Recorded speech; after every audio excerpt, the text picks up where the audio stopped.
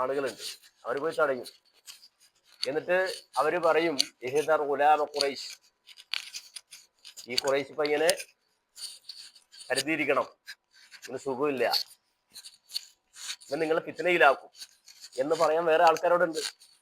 അപ്പൊ അത് പല ആളുകളും ഇങ്ങനെ സംസാരിച്ചു തുടങ്ങുമ്പോൾ ഇവർ വരുന്നുണ്ട്. നബി പറഞ്ഞു വെയിറ്റ്, സമയം ഇപ്പൊ വേണ്ട, ഒരു രാത്രി 12 മണിക്ക് നമുക്ക് കാണാം.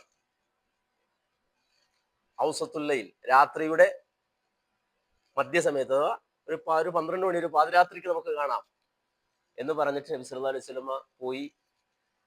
അവസാനം പ്രവാചകൻ കടന്നു വന്നു, രാത്രിയിൽ അവരുമായി സംസാരിച്ചു, ചോദിച്ചു നിങ്ങൾ എവിടുന്നാ വരേണ്ടത്? അവർ പറഞ്ഞു ഞങ്ങൾ ഹസ്രജിൽ നിന്നാണ്, ഹസ്രജ് ഗോത്രക്കാരാണ്. അപ്പോ നബി അവരെ കുറിച്ചുള്ള വിവരങ്ങളൊക്കെ ചോദിച്ചു. നിങ്ങൾ അവിടുത്തെ യഹൂദികളുടെ മൗലയല്ലേ എന്നൊക്കെ ചോദിച്ചു. എന്നിട്ട് നബി സല്ലല്ലാഹു അലൈഹി വസല്ലം കുറച്ച് ഖുർആന്റെ ആയത്തുകൾ ഓതി കൊടുത്തു. ഇസ്ലാമിനെ സംബന്ധിച്ച്, തൗഹീദിനെ സംബന്ധിച്ച് പറഞ്ഞു. ഇത് കേൾക്കേണ്ട താമസം ഈ ചെറുപ്പക്കാരൻ ചാടി എഴുന്നേറ്റ് റസൂലുള്ളാഹിയുടെ നേരെ വീണു, പ്രവാചകന്റെ കൈപിടിച്ചു. എന്നിട്ട് പറഞ്ഞു, കൊല്ലങ്ങളായി എൻ്റെ മനസ്സിൽ, കാരണം ഞാൻ ഹസ്രജ് ഗോത്രത്തിലുള്ള ആളാണ്, ഈ ഹസ്രജ് ഗോത്രത്തിലെ നജ്ജാർ എന്ന് പറയുന്ന ഈ ബനു നജ്ജാർ വിഭാഗത്തെ സംബന്ധിച്ചിടത്തോളം നമുക്കറിയാം, അബ്ദുൽ മുത്തലിബിന്റെ അമ്മാവന്മാരുടെ ഒരു ഏരിയ ആണ് അന്നത്തെ മദീനയിലെ ബനു നജ്ജാർ ഗോത്രം. അവരാകട്ടെ യഹൂദികളുടെ മൗലമാരായി കഴിഞ്ഞിരുന്ന ആളുകളാണ്. അവരുടെ കീഴിൽ അന്നത്തെ ജൂതന്മാർ ഇവിടെ ഉണ്ടായിരുന്നു. അപ്പൊ ഈ വേദങ്ങൾ ഇങ്ങനെ വായിക്കുന്നത്, വേദം വായിക്കുന്നത് കേട്ടാലുള്ള പ്രത്യേകത എന്താ? വേദം അഥവാ പഴയ കാലത്തെ തൗറാത്തും ഇൻജീലും ഒക്കെ കേട്ടാൽ എന്താ സംഭവിക്കുക? എന്താ സംഭവിക്കുക? മുഹമ്മദ് നബി മനസ്സിലാവും. മുഹമ്മദ് നബി മാത്രമല്ല, ആരെയും മനസ്സിലാവും? ആരെയും മനസ്സിലാവും? സ്വഹാബത്തിനെ മനസ്സിലാവും. മുഹമ്മദ് നബിയുടെയും സ്വഹാബത്തിന്റെയും പ്രത്യേകത എന്താ? അവരൊക്കെ വന്നതിന് ശേഷമല്ല ലോകത്തെ ചരിത്രം പറയാൻ തുടങ്ങി. മുഹമ്മദ് നബിയുടെ ചരിത്രം മുഹമ്മദ് നബി ജനിച്ചതിന് ശേഷം പറയാൻ തുടങ്ങിയതല്ല. മുഹമ്മദ് നബി മാത്രമല്ല, നബിയുടെ സ്വഹാബത്തിന്റെ ചരിത്രം സ്വഹാബത്ത് ജീവിക്കാൻ തുടങ്ങിയതിന് ശേഷം പറയാൻ തുടങ്ങിയതല്ല. ചില ആളുകൾ പറയുന്നത് ഖുർആൻ മാത്രം മതി, മുഹമ്മദ് നബിയെ തള്ളും. വേറെ ചില ആൾ കുറച്ചുകൂടെ ഔദാര്യം കാണിച്ചിട്ട് മുഹമ്മദ് നബിയെ സ്വീകരിക്കും. ആരെ തള്ളും? ആരെ തള്ളും? സഹാബത്തിനെ തള്ളും. പക്ഷെ അള്ളയും മുൻകാല പ്രവാചകന്മാരും നബിയെയും തള്ളിയിട്ടില്ല, സ്വഹാബത്തിനെയും തള്ളിയിട്ടില്ല. തെളിവെന്താ? നബിയും സ്വഹാബത്തിനെയും മുൻകാല വേദങ്ങൾ മുഹമ്മദ് നബിയെ കുറിച്ച് പറഞ്ഞ് നമ്മളെല്ലാം കേട്ടിട്ടുണ്ടാവും അല്ലെ? സ്വഹാബത്തിനെ കുറിച്ച് പറഞ്ഞിരുന്നത് കേട്ടിട്ടുണ്ടോ? ഉണ്ടോ? സ്വഹാബത്തിനെ കുറിച്ച് പറഞ്ഞിട്ടുണ്ടോ? ദാലിക മസലഹും ഫി തൗറാത്ത് എന്ന് പറയുന്ന സ്വഹാബത്തുണ്ടോ? ഉണ്ടല്ലോ അല്ലെ? മസലുഹും എന്നല്ലേ പറഞ്ഞത് അല്ലെ? മാത്രമല്ല ആയത്ത് തുടങ്ങിയത് എങ്ങനെയാ? മുഹമ്മദുർ റസൂലുള്ളാഹി വല്ലദീന മഅഹു. നബി മാത്രല്ല, നബിയുടെ കൂടെ ഉള്ളവരും. അതാരാ?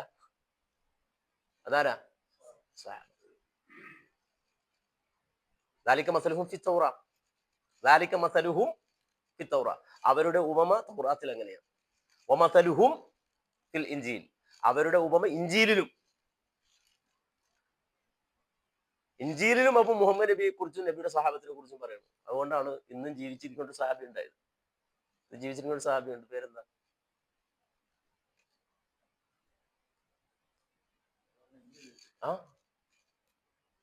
ജീവിച്ചിരിക്കുന്ന ഒരു സഹാബിയുടെ പേരെന്താ? പറയ്, എന്താ പഠിക്കണേ? ഈസാ നബി അല്ലെ? കാര്യം വിശുദ്ധ ഖുർആനിൽ ഇവരുടെ ഉപമ പറയുന്നത് കേട്ടപ്പോ ഈസാ നബി ദുആ ചെയ്യുന്നത്. ഈസാ നബി രണ്ടാമത് വരുന്നതിന്റെ കാരണങ്ങൾ ഉലമാ എണ്ണിയപ്പോ രണ്ടാമത് എണ്ണിയത് ഈ ആളുകളെ കുറിച്ച്, അഥവാ മുഹമ്മദ് നബിയുടെ അനുയായികളെ കുറിച്ച് പറഞ്ഞിട്ട് ആളുകൾക്ക്, ഇസ്രായേലർക്ക് ഇതിങ്ങനെ വിശദീകരിച്ചു കൊടുത്തപ്പോ ഈസാ നബി ഉടച്ചോട് ദുആ ചെയ്തത് അല്ലാഹുമ്മ ജഅൽനി മിൻഹും, എനിക്കും ആകണം. എവിടെ? മുഹമ്മദിന്റെ ഉമ്മത്തിൽ പെടണം. മാത്രമല്ല റസൂലുള്ളാഹിയെ കണ്ട് റസൂലുള്ളാഹി പുറകെ നിസ്കരിച്ച ആളാണ് ആര്? നബിയെ കണ്ട് റസൂലുള്ളാഹി പുറകെ നിസ്കരിച്ച ആളാണ് ആര്? എവിടെ വെച്ചിട്ട്? എവിടെ വെച്ചിട്ട്? നിങ്ങൾ ഈ വലിയ ഫലസ്തീൻ പ്രശ്നവും ഭയങ്കര ഒരാവിളിയൊക്കെ ഉണ്ട്. എന്താണ്? ഫലസ്തീനിൽ വെച്ച്, ബൈത്തുൽ മുഖദ്ദസിൽ വെച്ച്, ആകാശത്ത് വെച്ചല്ല, ഭൂമിയിൽ വെച്ച് തന്നെ നേർക്കുനേരെ കണ്ട് റസൂലുള്ളാഹിയുടെ പുറകിൽ നിസ്കരിച്ച ആളാണ് ആര്? ആ നിസ്കാരത്തിൽ ആദം നബി ഉണ്ട്, ആ നിസ്കാരത്തിൽ നൂഹ് നബി ഉണ്ട്, ആ നിസ്കാരത്തിൽ ഖലീലുല്ലാഹി ഇബ്രാഹിം അലൈഹിസ്സലാം ഉണ്ട്. പക്ഷെ ആരാണ് ഇമാം? ഏത് കഴിഞ്ഞു? ശരീരത്തോടു കൂടി തന്നെ. അതാ മേറാജ് എന്ന് പറയുന്നത്, ഇസ്രാ മേറാജ് എന്ന് പറയുന്നത്. ഇസ്രാഉം മിഅ്റാജും എന്ന് പറഞ്ഞാൽ സുബ്ഹാനല്ലദി അസ്റാ ബിഅബ്ദിഹി ലൈലം മിനൽ മസ്ജിദിൽ ഹറാമി ഇലൽ മസ്ജിദിൽ അഖ്സല്ലദി ബാറക്ന ഹൗല. വിശുദ്ധ ഖുർആൻ സൂറത്തുൽ ഇസ്രാ ഒന്നാമത്തെ ആയത്തിൽ അള്ളാഹ് പറയുന്ന സംഗതിയാണിത്. അപ്പോ നബി സല്ലല്ലാഹു അലൈഹി വസല്ലമക്ക് ഇസ്രാ അള്ളാഹു നൽകി, പ്രവാചകത്വം തെളിയിച്ച്, മാത്രമല്ല ലോകത്തുള്ള എല്ലാ അമ്പിയാക്കന്മാരെയും ഹാജരാക്കി. ഇബ്രാഹിം നബിയും നൂഹ് നബിയും ഹൂദ് നബിയും സ്വാലിഹ് നബിയും അയ്യൂബ് നബിയും അങ്ങനെ സർവ്വ അമ്പിയാക്കൾക്കും അണിനിരുന്ന ആ സമയത്ത് ഇമാമാരാണ്. എന്തുകൊണ്ട് നബി ഇമാമ? ഇബ്രാഹിം നബിക്ക് ഇമാമ വെക്കണ്ടേ? മുഹമ്മദ് നബി പറഞ്ഞ എന്താ? ഇന്നി ദഅവതു അബി ഇബ്രാഹിം, ഞാൻ ഇബ്രാഹിം നബിയുടെ ദുആ കൊണ്ടുണ്ടായതാണ്. അബി ഇബ്രാഹിം എന്ന് പറഞ്ഞത് പാപ്പയല്ലേ ഇമാം വെറുതെണ്ടാണ്. മുഹമ്മദ് നബി എന്താ പിന്നെ ഇമാം എന്ന്? മുഹമ്മദ് നബി സല്ലല്ലാഹു അലൈഹി വസല്ലം ജീവിച്ചിരിക്കും അബൂബക്കർ സിദ്ദീഖ് തന്നെ ഇമാം വെക്കുമായിരുന്നു നബി പുറകിലുള്ളപ്പോ? വെക്കുമായിരുന്നോ? നബി പറഞ്ഞു എന്ത്? ഇമാമ നിൽക്കുന്ന കൽപ്പിച്ചിട്ട് നിന്നോ? എന്തെങ്കിലും മിണ്ടാത്ത എന്താണ്? ഞാൻ എന്റെ ഉറക്കന്മാരാണ് നിങ്ങളോട് ചോദിക്കണത്. അപ്പോ ഇമാമ നിന്നില്ല. എന്തുകൊണ്ട് നിന്നില്ല എന്ന് വെച്ചാല് ലോകത്തുള്ള എല്ലാ അമ്പിയാക്കളിൽ നിന്നും അള്ളാഹു കരാർ വാങ്ങിയിട്ടുണ്ട്. എന്ത്? അവര് ജീവിച്ചിരിക്കുമ്പോ മുഹമ്മദ് റസൂൽ എന്ന് വന്നാൽ ആരായിരിക്കണം ഇമാമ്? മുഹമ്മദ് നബി ആയിരിക്കണം. ഇത് കരാർ വാങ്ങാത്ത ഒരു നബിയും ലോകത്തില്ല. കരാർ വാങ്ങിയെന്ന് മാത്രമല്ല അള്ളാഹ് പറഞ്ഞ് സാക്ഷ്യം പറയണമെന്ന് പറഞ്ഞ്. വെറുതെ പറഞ്ഞാ പോരാ, നിങ്ങൾ സാക്ഷ്യം നിൽക്കണം. ഫശ്ഹദു, ഞാനതിന് സാക്ഷിയാണ്. അള്ളാഹ് സ്വയം സാക്ഷ്യം വഹിച്ചു. നിങ്ങൾ സാക്ഷ്യം. അതാണ് മുഹമ്മദ് നബി സല്ലല്ലാഹു അലൈഹി വസല്ലം. ആ നബിയാണ് മക്കത്ത് വെച്ചിട്ട് ഈ സംഘത്തെ കണ്ട് സംസാരിച്ച് വിവരങ്ങൾ ചോദിച്ച് നബിയോട് കാര്യം പറഞ്ഞപ്പോ തൗറാത്തിൽ നിന്ന് ഇഞ്ചീലിൽ നിന്ന് വേദം വായിക്കുന്ന ആളുകളിൽ നിന്ന് ചെറുപ്പം മുതൽ ഈ വേദമൊക്കെ കേട്ട ഈ ചെറുപ്പക്കാരൻ പെട്ടെന്ന് കാര്യം മനസ്സിലായി. അദ്ദേഹം റസൂലുള്ളാഹിയെ കൈപിടിച്ചു. എന്നിട്ട് പറഞ്ഞു, നബിയെ അടുത്ത വർഷം ഞാൻ ഇവിടെ വെച്ച് നിങ്ങളെ കാണുന്നു. അടുത്ത വർഷം ഇവിടെ വെച്ച് നിങ്ങളെ കാണും. നിങ്ങൾ ആവശ്യമുള്ള ഒരു ജനതയുണ്ട്. ആ ജനതയുടെ മുന്നിൽ നിങ്ങൾ ഏറ്റവും അസായിരിക്കും, ഏറ്റവും പ്രതാപിയായിരിക്കും. ഇവിടെ ഇങ്ങനെ മയ്യൂസുറി എന്ന് പറയുന്ന പോലെ അല്ല. പരസ്പരം തമ്മിൽ തല്ലി കലഹിക്കുന്ന ഒരു ജനതയുണ്ട്. ഒരുപക്ഷെ നിങ്ങൾ വന്നാൽ അവർ ഒന്നിക്കാൻ സാധ്യതയുണ്ട്. നിങ്ങൾ വഴി അവർ ഉയരാൻ സാധ്യതയുണ്ട്. അതുകൊണ്ട് അടുത്ത വർഷം ഇവിടുന്ന് ഞാൻ നിങ്ങളെ കാണും എന്ന് വെച്ചാൽ ഒരു വിഷൻ സെറ്റ് ചെയ്ത് കഴിഞ്ഞു ആ ചെറുപ്പക്കാരൻ. അല്ലെങ്കിൽ ഒരു ദൗത്യം ഏറ്റെടുത്ത് കഴിഞ്ഞു ആ ചെറുപ്പക്കാരൻ. അങ്ങനെ പോകുന്നു. അടുത്ത വർഷം പറഞ്ഞതുപോലെ അതേ സ്ഥലത്ത് ആ ചെറുപ്പക്കാരൻ എത്തി. കൂടെ എത്ര പേരുണ്ടായിരുന്നു? 12 പേര്. കൂടെ എത്ര പേരുണ്ടായിരുന്നു? 12 പേര്. 12 പേര് എവിടെ നിന്ന് വന്നതാ? യസ്രിബിൽ നിന്ന് വന്നതാ. നബി സല്ലല്ലാഹു അലൈഹി വസല്ലമ രാത്രി ഇതുപോലെ വന്നു, പകലല്ല. ഇന്നത്തെ ക്യാമ്പ് 12 മണിക്ക് വെക്കാൻ കാര്യതാ. 12 മണിക്ക് വന്നു, അഥവാ പാതിരാത്രിയിൽ വന്നു. അവരുമായിട്ട് സംസാരിച്ചു. അന്നാണ് നബി സല്ലല്ലാഹു അലൈഹി വസല്ലം അവർക്ക് ഒന്നാം അഖബ ഉടമ്പടി നടത്തുന്നത്. തൗഹീദ് വേണം, സമന്തായത്വം വേണം, കള്ളുകുടിക്കരുത്, മോഷ്ടിക്കരുത്, വ്യഭിചരിക്കരുത് എന്ന് തുടങ്ങിയിട്ട് അവരുമായി ഒന്നാം അഖബ ഉടമ്പടി ചെയ്യുന്നു. ആ ഉടമ്പടി കഴിഞ്ഞ് വീണ്ടും അവർ തിരിച്ച് യസ്രിബിലേക്ക് വന്നു. തിരിച്ചിവിടെ വന്നു. ഇവിടെ വന്നിട്ട് അവർ മീറ്റിംഗ് കൂടി, ഒരു യോഗം കൂടിയിട്ട് അവര് ആലോചിച്ചത്, ചിന്തിച്ചത്, ഇങ്ങനെ പോയാൽ പറ്റൂല. നമ്മൾ ഈ 12 പേര്, നമ്മൾ മീറ്റിംഗ് കൊണ്ട പോലൊക്കെ തന്നെയാണ്. നമ്മൾ ഈ 12 പേര് ഇങ്ങനെ കൂടിയിട്ട് പോരാ. കാര്യം നമ്മൾ 12 പേര് പണിയെടുത്താൽ എവിടെയും എത്തൂല. അതുകൊണ്ടൊരു ദായി വേണം നമുക്ക്. പ്രത്യേകിച്ച് ഇസ്ലാം പറയാൻ വേണ്ടി പുറത്തേക്ക് ഇറങ്ങുമ്പോൾ ചോദ്യങ്ങൾ വരും, മറുപടി പറയണം. കൃത്യമായിട്ട് ഒരു മുത്തബിയായ രൂപത്തിൽ, പിൻപറ്റപ്പെടുന്ന രൂപത്തിൽ, മുത്തബായ രൂപത്തിൽ ഒരാളെ ഫോളോ ചെയ്യാൻ പറ്റിയ ഒരാളെ ഇവിടെ നമുക്ക് കിട്ടണം. അങ്ങനെ ഉടൻ തന്നെ അടുത്ത ദൗത്യ സംഘം പോയി നബിയെടുക്ക് ചെന്നിട്ട് പറഞ്ഞു, ഞങ്ങൾക്ക് ഒരാളെ വേണം. എന്തിനാണ്? ദീൻ പറയാൻ പഠിപ്പിക്കുക. അങ്ങനെയാണ് ആദ്യമായി ഒരാൾ ഇവിടെ വരുന്നത്. പേര് നമുക്കറിയാം. അപ്പൊ ഒരു ശാരി, ആ ശാരിയോട് നമ്മളിപ്പോ നടന്നതാണ് പേരില്ല. ആദ്യമായി മദീനത്തെത്തിയ മുഹാജിർ ആരാ? ആ, ഉറക്കെ പറയാം. നിങ്ങൾ ഈ പേരൊക്കെ ഉറക്കല്ലേ പറയേണ്ടത്, ആവേശത്തിൽ പറയേണ്ട പേരല്ലേ. മുസ്അബ് ബിൻ ഉമൈർ. മുസ്അബ് ബിൻ ഉമൈർ ആദ്യമായി ഇവിടെ എത്തിക്കഴിഞ്ഞപ്പോ സ്വാഭാവികമായിട്ടും ആദ്യമായി ഒരു ഇസ്ലാമിക് സെന്റർ മദീനയിൽ തുറന്നു. ആദ്യമായി മദീനയിൽ ഒരു ഇസ്ലാമിക് സെന്റർ തുറന്നു. കാരണം മുസ്അബ് ഇവിടെ വന്നു, അദ്ദേഹത്തിന് ഇരിക്കണം, ആളുകൾ വരണം, ആളുകൾ കൊണ്ടുവന്നിരുത്തണം, ചോദിക്കണം, മീറ്റിംഗ് കൂടണം. അപ്പൊ നോക്കുമ്പോ അന്ന് ഇതുപോലെ തന്നെ ആരും സ്ഥലമില്ല, ഇവിടെ വേറെ കാര്യപ്പെട്ട ആൾക്കാരില്ല, സഹായിക്കാൻ ആളില്ല. ആ ചെറുപ്പക്കാരൻ തീരുമാനിച്ചു, അന്ന് എനിക്ക് തന്ന എൻ്റെ വീടും എൻ്റെ ബെഡ്റൂമും അതാണ് മദീനത്തെ ആദ്യത്തെ ഇസ്ലാമിക് സെന്റർ. എൻ്റെ വീട്, എൻ്റെ ബെഡ്റൂം. ആ ബെഡ്റൂമിലാണ് ആരെ കൊണ്ടുവന്നത്? മുസബർ റളിയല്ലാഹു അൻഹു താമസിപ്പിച്ചത്. ഇദ്ദേഹം പിന്നെ ചെയ്യുന്നത്, ചെറുപ്പക്കാരൻ പിന്നെ ചെയ്തെന്ന് വെച്ചാൽ റോഡിൽ ഇറങ്ങിപ്പോവും, വഴിയിൽ നിന്ന് ഒരാൾ പിടിച്ചോണ്ട് വരും, എന്നിട്ട് മുസബർ റളിയല്ലാഹു കൊണ്ടുപോയി അടുത്തുകൊണ്ട് ഇരുത്തും. മുസബർ റളിയല്ലാഹു ഖുർആനിങ്ങനെ ഓതി കൊടുക്കും, അയാൾ മുസ്ലിമായിട്ട് ഇറങ്ങിപ്പോവും. അടുത്ത ആളെ പിടിക്കും, കൊണ്ടുവരും, ഇരുത്തും, മുസബർ റളിയല്ലാഹു ദർസ് നടത്തി കൊടുക്കും, കേൾക്കും, മുസ്ലിമായിട്ട് ഇറങ്ങിപ്പോവും. അങ്ങനെ എണ്ണം പെരുകി പെരുകി പെരുകി പെരുകി വന്നപ്പോൾ സ്വാഭാവികമായിട്ടും വീടിനകത്ത് സ്ഥലമില്ല, ബെഡ്റൂമിൽ സ്ഥലമില്ലാതായി. അന്ന് ഇവിടെ ഒരാൾക്കൊരു മതിൽക്കെട്ടുള്ളൊരു ബുസ്താൻ, തോട്ടുണ്ടായിരുന്നു. അപ്പൊ ഇവര് തീരുമാനിച്ച ഒരു പണിയാ, എന്ത്, മീറ്റിങ്ങിന് വീട്ടിൽ പറ്റൂല, നമുക്ക് ഇത്ര ആള് കൂടിയ സ്ഥിതിക്ക് തോട്ടത്തിലാകാം. ഈ തോട്ടത്തിന്റെ പ്രത്യേകിച്ച് ഹായത്തുണ്ട്, എന്തുണ്ട്, മതിൽക്കെട്ടുള്ള തോട്ടാണ്. അപ്പൊ അതിന്റെ ഉള്ളിൽ മീറ്റിംഗ് കൂടിയാല് അറിയില്ല. പക്ഷെ ആളുകൾ ഇങ്ങനെ കൂടി വന്നിട്ടുണ്ട്. ഇവരാ തോട്ടത്തിൽ മീറ്റിംഗ് കൂടിയ വിവരം അവിടെ മീറ്റിംഗ് നടക്കുമ്പോ അന്ന് ഹസ്റജ് ഗോത്രത്തിന്റെ തലവനായിരുന്നു ആര്? നേരത്തെ പേര് പറഞ്ഞ ആള് സഅദ് ബിൻ മുആദ്. സഅദ് ബിൻ മുആദ്. സഅദ് ബിൻ മുആദിനെ നമുക്കറിയാം, നബിയുടെ അദ്ദേഹം പറഞ്ഞ വാചകം എന്ത്? ബദറിൽ പോയപ്പോ പറഞ്ഞ വാചകല്ലേ, ഞങ്ങളെയും കൊണ്ട് സമുദ്രത്തിനടുക്ക് പോയിട്ട് ഞങ്ങളോട് ചാടാൻ പറഞ്ഞാല് ഞങ്ങളുടെ തലയിലിട്ട് കറക്കൂല, ഞങ്ങൾ എന്തിനാ ചാടുന്നത് എന്നൊന്നും ഞങ്ങൾ ചിന്തിക്കൂല, അപ്പൊ നിങ്ങൾ ചാടാൻ പറഞ്ഞ ഞങ്ങൾ ചാടും എന്ന് പറഞ്ഞ ആളാണ് ആര്? സഅദ് ബിൻ മുആദ് റളിയല്ലാഹു. ആ സഅദ് ബിൻ മുആദ് റളിയല്ലാഹു അൻഹു ഹസ്റജ് ഗോത്രത്തിന്റെ തലവനാണ്. അപ്പോ ഈ സഅദ് റളിയല്ലാഹു അൻഹുവിന്റെ അടുക്കൽ ആളുകൾ വന്ന് പരാതി പറഞ്ഞു, നിങ്ങളുടെ ബന്ധുവാണ്, അതായത് ഈ പറഞ്ഞ ചെറുപ്പക്കാരന്റെ ഉമ്മാന്റെ പിന്നെ അമ്മാവനാണ് ആര്? അമ്മായിയുടെ മോനാണ് ആര്? ഈ ചെറുപ്പക്കാരന്റെ അമ്മായിയുടെ മോനാണ് ആര്? സഅദ് റളിയല്ലാഹു.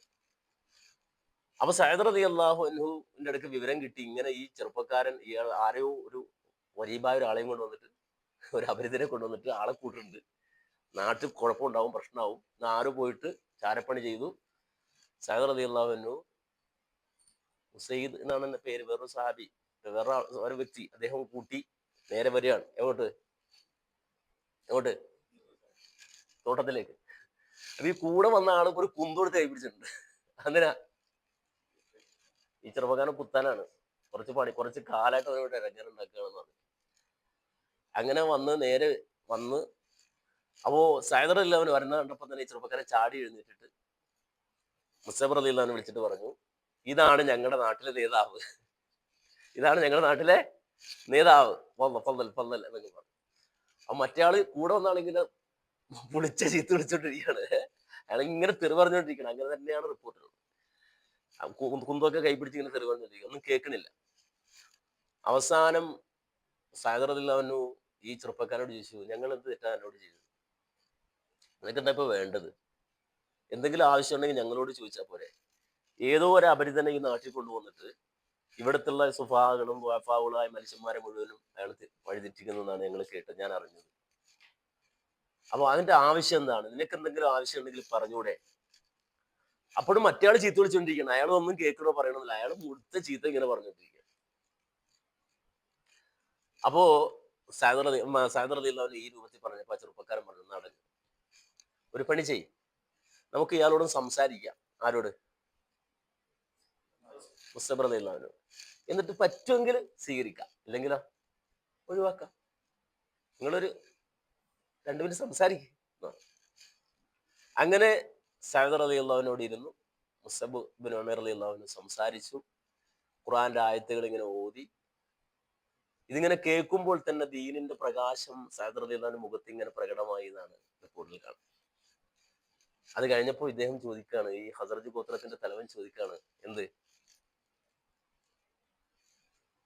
ഇത്രയും മനോഹരമായ ഒരു ആശയം ഉണ്ടായിട്ട് അത് ഞാൻ സ്വീകരിച്ചില്ലെങ്കിൽ പിന്നെ എന്ത് സ്വീകരിക്കാനാണ്?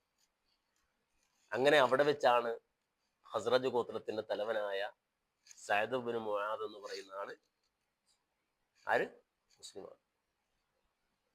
ആ സഅദ് ഇബ്നു മുആദ് മരിച്ചപ്പോഴാണ് എന്ത് സംഭവിച്ചത്? ഇഹ്തസ അർഷുർ റഹ്മാൻ. എന്താ അതിന്റെ അർത്ഥം?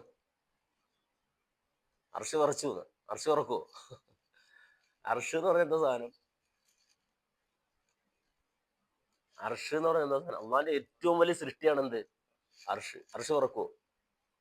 വിറക്കുവോ? ഇഹ്തസ അർഷുർ റഹ്മാൻ എന്ന് പറഞ്ഞാൽ ഇമാം ഖുർത്തുബി നൽകുന്ന വിശദീകരണം, അള്ളാഹുവിന്റെ മലായിക്കത്തുകൾ, അർഷിന്റെ ചുറ്റുമുള്ള മലക്കുകൾ ആരവം മുഴക്കി എന്നാണ്. ബിഖുദൂമിഹി. എന്തിനു വേണ്ടി?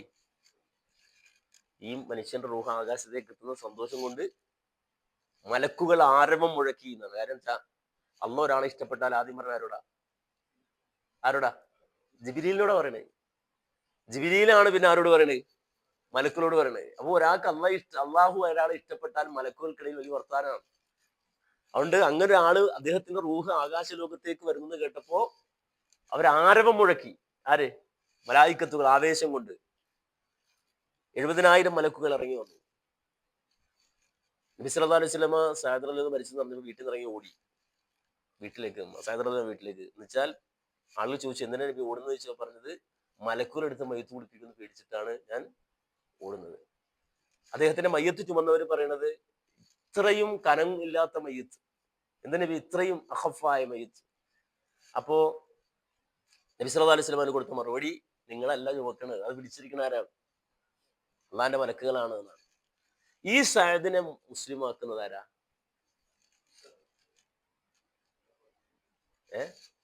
മീഡിയേറ്റർ മാത്രമാണ് ഈ ചെറുപ്പക്കാരൻ. ആരാ പറഞ്ഞവിടെ? ശരി.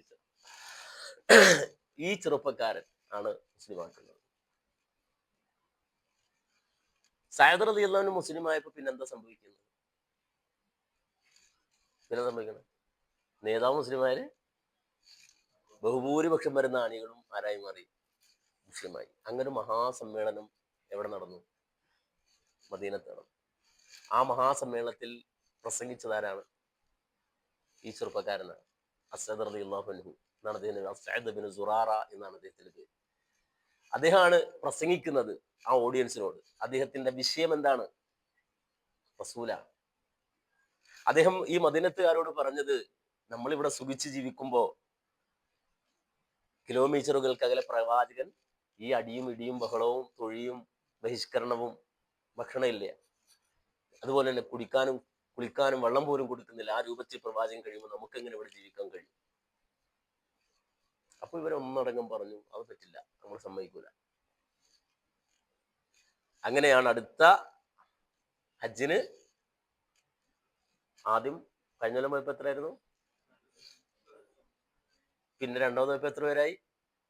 73 ആളുകൾ. ആണുങ്ങൾ, 2 പെണ്ണുങ്ങളും. ഈ ആളുകൾ നേരെ മിനയിൽ പോയി താമസിച്ചു. അന്നും നബിയുമായി കണ്ടത് എപ്പോഴാ? പാതിരാത്രി. അന്ന് നബി സല്ലല്ലാഹു അലൈഹി വസല്ലമ പോയപ്പോ 70-ലധികം ആൾക്കാർ മദീനത്ത് നിന്ന് വന്നപ്പോ നബി മുൻകരുതലെടുത്തു. അതെന്താ? അബ്ബാസ് റളിയല്ലാഹു അൻഹു കൂടെ കൂട്ടി. അബ്ബാസ് ഒന്ന് മുസ്ലിമായോ? അപ്പടെ സഹോദരനാണ്, പക്ഷെ മുസ്ലിം ആയിട്ടില്ല. അബ്ബാസ് റളിയല്ലാഹു അൻഹു കൂടെ കൂട്ടിയിട്ട് പറഞ്ഞു, നിങ്ങൾ ഭയങ്കര പൈസക്കാരനാണ്. ആര്? എങ്ങനെ പൈസ ഉണ്ടാക്കണ? അബ്ബാസ് റളിയല്ലാഹു എങ്ങനെ പൈസ ഉണ്ടാക്കി? അറിയില്ലേ? നമ്മുടെ നാട്ടിലൊക്കെ മറ്റേ ബാഗ് കൊണ്ട് ഒരാൾ വരുമല്ലേ, അങ്ങനെ പലിശക്ക്. അതുകൊണ്ടാണ് ആദ്യം മറ്റേ ഹജ്ജത്തുൽ വിദാഇന് റദ്ദ് ചെയ്ത പലിശ ആരുടെ പലിശയെ? റസൂൽ പറഞ്ഞില്ലേ, ഞാൻ ജാഹിലിയത്തിന്റെ എല്ലാ പരീക്ഷകളും ഇന്നേ ദിവസം എന്റെ കാൽച്ചുവട്ടിൽ ചവിട്ടി താഴ്ത്ത റദ്ദ് ചെയ്യാൻ. ആദ്യമായി ഞാൻ റദ്ദ് ചെയ്യുന്ന പലിശ അള്ളാഹു റിബ അബ്ബാസ് ഇബ്നു അബ്ദുൽ മുത്തലിബ്. ഞാൻ ആദ്യം റദ്ദ് ചെയ്യുന്ന പലിശ ആരുടെ പലിശയാ? അബ്ബാസ് എന്നവർക്ക് കിട്ടാനുള്ള പലിശയാണ്. ഇനി ആർക്കും പലിശ കൊടുക്കണ്ട. അപ്പൊ നബി കൂടെ കൂട്ടിയത് എന്തിനാ? മദീനത്ത് നിന്ന് വരുന്ന കച്ചവടക്കാർക്ക് പൈസ കൊടുക്കുന്ന ആളാണ് ആര്? അപ്പൊ മദീനയിലെ ഏതാണ്ട് കച്ചവടക്കാരൊക്കെ ആർക്കറിയാം? അപ്പൊ മദീനത്ത് നിന്ന് ആള് വരുന്നു പറഞ്ഞപ്പോ നബി സല്ലല്ലാഹു അലൈഹി വസല്ലം അബ്ബാസ് കൂടെ കൂട്ടിയിട്ട് പറഞ്ഞു, പിന്നെ ഉപ്പ നിങ്ങള് എന്റെ കൂടെ വരണം, മദീനത്ത് കുറെ ആൾക്കാർ വരുന്നുണ്ട്. അപ്പൊ അവര് ആരാണ് നിങ്ങൾക്ക് അറിയാലോ, നിങ്ങൾ ഈ പൈസക്ക് ഇടപാടുള്ള ആളല്ലേ, അപ്പൊ നിങ്ങൾക്ക് പരിചയമുണ്ടോ ഇല്ലയെന്ന് അറിയാൻ വേണ്ടി നിങ്ങൾ എന്റെ കൂടെ വരണം. റസൂല് അന്ന് രാത്രിയിൽ ഈ അക്കബയിലേക്ക് അല്ലെങ്കിൽ ഈ മിനയുടെ പരിസരത്തേക്ക് ചെല്ലുമ്പോ അബ്ബാസ് റളിയല്ലാഹു കൈപിടിച്ചിട്ടല്ലോ. അബ്ബാസ് റളിയല്ലാഹു ഇവരെയൊക്കെ നോക്കിയിട്ട് പറഞ്ഞു, പൊന്നുമോനെ ഇവരെയൊന്നും എനിക്കറിയൂല, ഇവരൊക്കെ ചെറിയ കുട്ടികളാണ്, ഇവരൊക്കെ ചെറിയ പിള്ളേര്, കുട്ടികള്, എനിക്ക് ഇവരൊന്നും പരിചയമില്ല എന്ന് പറഞ്ഞു. അപ്പോ ഈ 70ഓളം വരുന്ന ആളുകളെ കണ്ടപ്പോ അബ്ബാസ് റളിയല്ലാഹു അൻഹുവിനും എന്തായി? ബേജാറായി. അദ്ദേഹം പറഞ്ഞു, ഇതെന്റെ മോനാണ്, ഞാൻ അവന്റെ മതത്തിലില്ല, അവന്റെ എതിർ മതത്തിലാണ് ഞാനുള്ളത്. പക്ഷെ ഇവിടെ ഞങ്ങള് നോക്കുന്നുണ്ട്, എങ്ങനെ അവനൊരു സ്ഥാനമൊക്കെ ഉണ്ട് ഈ നാട്ടില്. അതുകൊണ്ട് നിങ്ങൾ വെറുതെ കൊണ്ടുപോയിട്ട് ഇണങ്ങറാൻ നിൽക്കണ്ട. നിങ്ങൾ വിചാരിക്കണ പോലല്ല, എന്റെ കുട്ടിയെ കൊണ്ട് നിങ്ങൾ പോയാൽ നിങ്ങൾ വലയും. അപ്പൊ നിങ്ങൾ എന്റെ കുട്ടി എന്തെടുക്കും? ഇട്ടിട്ട് പോവും. അങ്ങനെ ഉള്ളൊരു വല്ല പ്ലാനും പദ്ധതി ഉണ്ടെങ്കിൽ ഇവിടെ നിന്നിട്ട് ഒഴിവാക്കിക്കോ, ഒരു പ്രശ്നമില്ല, ഇത് തിരിച്ചു പോവാം. പക്ഷേ കൊണ്ടുപോയതിന് ശേഷം നിങ്ങൾ നിൽക്കരുത്, കൈവിടിയരുത്. അപ്പൊ നബി സല്ലല്ലാഹു അലൈഹി വസല്ലം ബേജാറായി, ഇത് പടച്ചോനെ, ഇത് ഇത്രയും കാലം 10 കൊല്ലം നടന്നിട്ട് കിട്ടിയൊരു ടീമാണ്. അപ്പൊ ഇതിപ്പോ അബ്ബാസ് സംസാരിച്ച് കൊളവാക്കുമെന്നൊരു പേര്. അപ്പൊ റസൂലുള്ളാഹിക്ക് എന്തോ സംസാരിക്കാൻ ഉണ്ട് എന്ന് തോന്നിയപ്പോ അബ്ബാസ് റളിയല്ലാഹു അൻഹു പറഞ്ഞു, എങ്കിലും നിങ്ങൾ സംസാരിക്കുന്നതായിട്ട് മുഹമ്മദ് റസൂലുള്ളാഹി സ്വല്ലല്ലാഹു അലൈഹി വസല്ലം കേട്ടു. നബി സല്ലല്ലാഹു അലൈഹി വസല്ലമ നേരെ ഇവരോട് പറഞ്ഞു, പിന്നെ നിങ്ങളിൽ ഒരാൾക്ക് സംസാരിക്കാം, വലിയ പ്രസംഗം പറ്റില്ല, കാരണം ഇവിടെ ചാരന്മാരുണ്ടാവും. ആരുടെ ചാരന്മാര്? ഖുറൈശി ചാരന്മാരുണ്ടാവും. അതുകൊണ്ട് ഒരാൾക്ക് സംസാരിക്കാം, നിങ്ങൾ ഒരാൾക്ക് സംസാരിക്കാം. അപ്പോഴും സംസാരിച്ചത് ആരാണ്? അസ്ററുസിൻ, കൂട്ടത്തിലെ ഏറ്റവും പ്രായം കുറഞ്ഞ, അന്ന് എത്ര വയസ്സുണ്ടാവും? ഒരു 22 വയസ്സ് 23 വയസ്സുള്ള ആളാണ് സംസാരിക്കുന്നത്. അദ്ദേഹം നബിയുടെ കൈപിടിച്ച് പറഞ്ഞൊരു വാചകം, റസൂലുള്ളാഹിയുടെ മുന്നിൽ വന്നിട്ട് പറഞ്ഞൊരു വാചകം, നബിയെ, ഖുദ് മിൻ അംവാലിഹിം വ ഔലാദിഹിം വമിൻ കുല്ലിഹിം, നബിയെ ഞങ്ങളിൽ നിന്ന് എന്താ നിങ്ങൾക്ക് വേണ്ടത് നിങ്ങൾ എടുത്തോന്ന് പറഞ്ഞു. തരാന്നല്ല പറഞ്ഞു. എന്താ പറഞ്ഞ്? ഞങ്ങളുടെ മക്കള് വേണോ? പൈസ വേണോ? എന്താണ് ഞങ്ങളുടെ കയ്യിലുള്ളത് അത് മുഴുവനും ഞങ്ങൾ തരാന്നല്ല, പിന്നെയോ ഖുദ്, നിങ്ങൾ എടുത്തോ. തരാൻ വാക്ക്, അബ്ബാസ് എന്നൊരു പറഞ്ഞ വാക്ക് ആരുടെ നെഞ്ചി തറച്ചിന്? ഈ ചെറുപ്പക്കാരന്റെ നെഞ്ചി തറച്ചു. അതാ പറഞ്ഞത്, നബിയെ ഞങ്ങൾക്ക് എന്തുണ്ടെങ്കിലും നിങ്ങൾക്ക് എടുക്കാം, എന്തുണ്ടെങ്കിലും നിങ്ങൾക്ക് എടുക്കാം. എന്നിട്ട് നബി സല്ലല്ലാഹു അലൈഹി വസല്ലമയുടെ ആ സമയത്താണ് നബി സല്ലല്ലാഹു അലൈഹി വസല്ലമ നേരെ കൈപിടിക്കുന്നത്. ആദ്യം റസൂലുള്ളാഹി കൈപിടിച്ചത് ആ ചെറുപ്പക്കാരന്റെ കൈയാണ്. എന്നിട്ടാണ് രണ്ടാം അഖബ ഉടമ്പടിയിൽ നബി സല്ലല്ലാഹു അലൈഹി വസല്ലമ പറഞ്ഞ ഓരോ കാര്യങ്ങളും റസൂലുള്ളാഹി സ്വല്ലല്ലാഹു അലൈഹി വസല്ലം അസ്സമഅ, നിങ്ങൾക്ക് പിന്നെ നശാത്തുള്ളപ്പോഴും, നിങ്ങൾ കസലിലായിരുന്നാലും, നിങ്ങൾ ഉന്മേഷത്തിലാണെങ്കിലും, നിങ്ങൾ അലസതയിലായിരുന്നാലും ഞാൻ പറഞ്ഞാൽ കേട്ടോണം, അനുസരിച്ചോണം. അസ്സമഅ, പറഞ്ഞാൽ കേട്ടോണം, അനുസരിച്ചോണം. ഞങ്ങൾ മടിയ അലസതയാണ്, ഉച്ച കഴിഞ്ഞ നേരമാണ്, ബിരിയാണി കഴിച്ചിട്ടില്ല, വിശക്കുന്നു, അങ്ങനെ പറയാൻ പറ്റില്ല. ആ സമയത്താണെങ്കിലും ഇനി അല്ലാതെ ഉന്മേഷമുള്ള സമയത്താണെങ്കിലും പറഞ്ഞാൽ കേട്ടോണം, അനുസരിച്ചോണം. നിങ്ങൾക്ക് ഉള്ളപ്പോഴും ഇല്ലാത്തപ്പോഴും നിങ്ങൾ കൊടുത്തോണം. മനസ്സിലായോ? നബി എന്താ രണ്ടാമത് പറഞ്ഞ്? കൊണ്ടെങ്കിൽ കൊടുത്തോണമെന്നല്ല. എന്താ പറഞ്ഞ്? നിങ്ങൾ ബിസിനസ് ഹൈ ആണെങ്കിലും ലോസ് ആണെങ്കിലും എന്തെടുത്തോണം? അന്നഫഖ, ചെലവഴിക്കണം. അല്ലാതെ അവർക്ക് ഇഷ്ടപ്പെടുന്ന കാര്യമല്ല, എല്ലാവർക്കും തൃപ്തിപ്പെടുന്ന കാര്യം അല്ല റസൂൽ പറയുന്നത്. പിന്നെ പറഞ്ഞു, എന്റെ കാര്യത്തിൽ ആക്ഷേപിക്കപ്പെടുന്ന അല്ലെങ്കിൽ ആക്ഷേപിക്കുന്ന ഒരു ആക്ഷേപകനെയും പേടിക്കരുത്, ഭയപ്പെടരുത്. നിങ്ങളുടെ മക്കളെ നോക്കുന്നത് പോലെ, നിങ്ങളുടെ കുട്ടികളെ നോക്കുന്ന പോലെ എന്നെ നോക്കിക്കൊള്ളണം. നബി ഇങ്ങനെ ഓരോ രണ്ടാം അഖബ ഉടമ്പടിയിൽ പറഞ്ഞ ഓരോ കാര്യങ്ങളും പറഞ്ഞ് അത് റസൂലുള്ളാഹി സ്വല്ലല്ലാഹു അലൈഹി വസല്ലം കൈപിടിച്ച്, ഈ ചെറുപ്പക്കാരൻ കൈപിടിച്ചിട്ട് കൂടെയുള്ള 70 ആളുകളോട് വിളിച്ചു പറഞ്ഞു, അനുസരിക്കാൻ, ഈ പറഞ്ഞത് സ്വീകരിക്കാൻ തയ്യാറുള്ളവോ മാത്രം എന്തെടുത്താൽ മതി, കൈപിടിച്ചാൽ മതി. കാര്യം ഇപ്പൊ നിങ്ങൾക്ക് വേണമെങ്കിൽ ഒഴിഞ്ഞു പോവാ, ഉതിറുണ്ട്. അതല്ല, കൈപിടിച്ചാൽ പറഞ്ഞ അനുസരിച്ച് വേണം. അതുകൊണ്ട് നല്ല മനസ്സുള്ളവർ മാത്രം കൈപിടിച്ചാൽ മതി. അപ്പോ എല്ലാവരും കൂടെ വന്നിട്ട് അസ്സദ് റളിയല്ലാഹു അൻഹു കൈപിടിച്ചുകൊണ്ട് മാറ്റിയിട്ട് അവരാരുടെ കൈപിടിച്ചു? ആരുടെ കൈപിടിച്ചു? റസൂലുള്ളാഹിയുടെ കൈപിടിച്ചു. മാത്രല്ല, ആ ചെറുപ്പക്കാരന്റെ ഫാമിലി ഫുൾ ഉണ്ടെന്ന്. ഭാര്യമാർക്ക് കൈപിടിക്കാൻ പറ്റും റസൂലുള്ളാഹിന്റെ ബൈഅത്ത് ചെയ്യുമ്പോൾ? കൈപിടിച്ചിട്ടുണ്ടോ? നിങ്ങൾ പറയും, സംശയമുണ്ടോ? നബിയല്ലേ എന്ന് പറഞ്ഞിട്ട് നബി കൈപിടിച്ചിട്ടുണ്ടോ? സ്ത്രീകളുടെ കൈ അള്ളാഹുവിന്റെ റസൂല് ബൈഅത്ത് ചെയ്യുമ്പോൾ പിടിച്ചിട്ടില്ല. ബാക്കിയുള്ള എല്ലാ പുരുഷന്മാരും പ്രവാചകന്റെ കൈപിടിച്ച് ബൈഅത്ത് ചെയ്തു, ബാക്കിയുള്ളവർ സ്ത്രീകൾ ബൈഅത്ത് ചെയ്തു. അങ്ങനെ നബി സല്ലല്ലാഹു അലൈഹി വസല്ലമ ബൈഅത്ത് ചെയ്തിട്ട് അവർ തിരിച്ചു പോകും. പിന്നെ നബി സല്ലല്ലാഹു അലൈഹി വസല്ലമ മക്കത്ത് തന്നെയാണ്, അവരിവിടെയാണ്.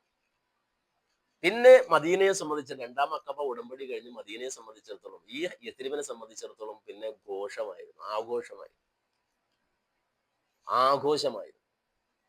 അഥവാ ഞാൻ നേരത്തെ പറഞ്ഞ മുസ്നദ് അഹമ്മദിന്റെ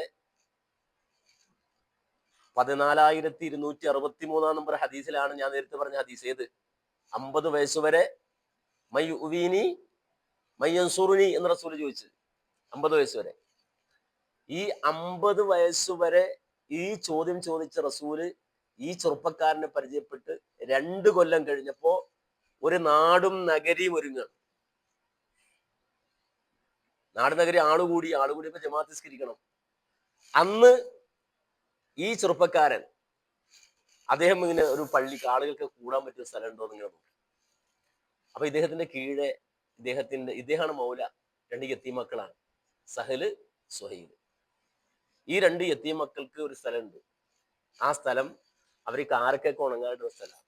കാരക്ക, ഈത്തപ്പഴമൊക്കെ ഉണക്കാനിടുന്ന സ്ഥലമാണ്. ഈ കാരക്ക, ഈത്തപ്പഴമൊക്കെ ഉണക്കാനുള്ള സ്ഥലത്തിന്റെ പ്രത്യേകത എന്താ? ഒരു വസ്തു ഉണക്കാനുള്ള സ്ഥലത്തിന്റെ പ്രത്യേകത എന്തായിരിക്കും? അതിങ്ങനെ തറ പോലെ കിടക്കും. അതെന്തൊരു അടക്കം ഉണക്കാനുള്ള സ്ഥലമാണെങ്കിലും അതൊരു തറ പോലെ. അവിടെയാണ് അസ്സദ് റളിയല്ലാഹു അൻഹു, ഈ ചെറുപ്പക്കാരൻ, ഈ ആളുകളെയൊക്കെ കൂട്ടി നിസ്കരിക്കാൻ ആദ്യം നബിയെത്തുന്നതിന് മുമ്പ് ഒരു പള്ളി എന്ന രൂപത്തിൽ അദ്ദേഹം രൂപപ്പെടുത്തിയതാണ്. അങ്ങനെ ഇരിക്കുമ്പോഴാണ് വെള്ളിയാഴ്ച ജുമ. അപ്പൊ നബി നിർദ്ദേശം കൊടുത്തു, എന്ത്? മദീനത്ത് ജുമ തുടങ്ങിക്കോളാൻ. അങ്ങനെ ആദ്യമായി മദീനത്ത് റസൂൽ എത്തുന്നതിന് മുമ്പ് എന്ത് തുടങ്ങി? ജുമ തുടങ്ങി. ആ ജുമക്ക് നേതൃത്വം നൽകിയ ആളാരാ? യസ്റുസിന്. ഈ ചെറുപ്പക്കാരനായിരുന്ന ഈ മനുഷ്യനാണ് അന്നത്തെ ഇമാമ്, അന്നത്തെ ജുമക്ക് നേതൃത്വം കൊടുത്ത. ജുമ കഴിഞ്ഞന്ന് നല്ല മട്ടൻ ബിരിയാണി. മട്ടൻ ബിരിയാണി എവിടെയായിരുന്നു?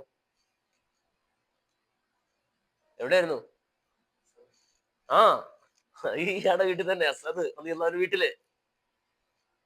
അതിനെപ്പറ്റി ചരിത്രകാരന്മാർ പറയുന്നത്, അസ്സദിന്റെ വീട്ടിൽ ഈമാൻ മാത്രമല്ല, നേരെ കുറച്ച് ഹുവത്തും പരസ്പര സാഹോദര്യവും ഭക്ഷണവും ഒക്കെ കൊടുത്തിരുന്നു. ആ ജുമ കഴിഞ്ഞന്ന് അദ്ദേഹത്തിന്റെ വീട്ടിൽ ഭക്ഷണം ഒരുക്കി എല്ലാവരും കൂടി ഭക്ഷണം കഴിച്ച് സന്തോഷത്തോടെ. അത് കഴിഞ്ഞിട്ട് അല്ലാഹുവിന്റെ റസൂൽ സല്ലല്ലാഹു അലൈഹി വസല്ലമ വരികയാണ്, മദീനത്തേക്ക് വരികയാണ്. മദീനത്തേക്ക് വരുമ്പോൾ നമ്മളൊന്ന് ആലോചിച്ച് നോക്ക്. ഈ 50 വയസ്സ് വരെ പ്രയാസം സഹിച്ച, അല്ലെങ്കിൽ 52 വയസ്സ് വരെ പ്രയാസം സഹിച്ച, അല്ല 53-ാമത്തെ വയസ്സിലും റസൂല് മക്കത്ത് നിന്ന് ഇറങ്ങുമ്പോൾ അവസ്ഥ, റസൂലുള്ളാഹിന്റെ തലക്ക് വിലയിട്ടിരിക്കുകയാണ്. 100 ഒട്ടകം വിലയിട്ടിരിക്കുകയാണ്. നബി വന്നത് എങ്ങനെയാണ്? അനൗൺസ് ഒക്കെ ചെയ്തിട്ട് എല്ലാവരും വിളിച്ചു പറഞ്ഞ് മഹാവിളംബരം നടത്തി, ഷെയ്ഖുൽ മശായിഖ് ഇതാ പുറപ്പെടുകയാണ്. എങ്ങനെയാണോ? ആണോ? എല്ലാരും ഉറങ്ങിക്കിടക്കുന്ന നേരത്ത് അബൂബക്കർ സിദ്ദീഖ് റളിയല്ലാഹു കൂടെ ഇറങ്ങാണ്.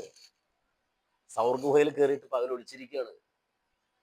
മറ്റു വഴികളിലൂടെ, ദുർഘടകമായ വഴികളിലൂടെ നടക്കുകയാണ്. ശത്രുവിന്റെ കയ്യിൽപ്പെടാതെ നോക്കുകയാണ്. അങ്ങനെ രക്ഷപ്പെട്ട് നബി സല്ലല്ലാഹു അലൈഹി വസല്ലമ ആ ഒരു പ്രതിസന്ധി തരണം ചെയ്ത് മക്ക കഴിഞ്ഞ് മദീനയുടെ ബൗണ്ടറി ചവിട്ടിയപ്പോ മുഹമ്മദ് നബി രാജാവായി. എങ്ങനെ? ഒരു ബൗണ്ടറി, ഒരു സ്റ്റെപ്പ് അങ്ങോട്ട് കഴിഞ്ഞപ്പോ ആരായി നബി?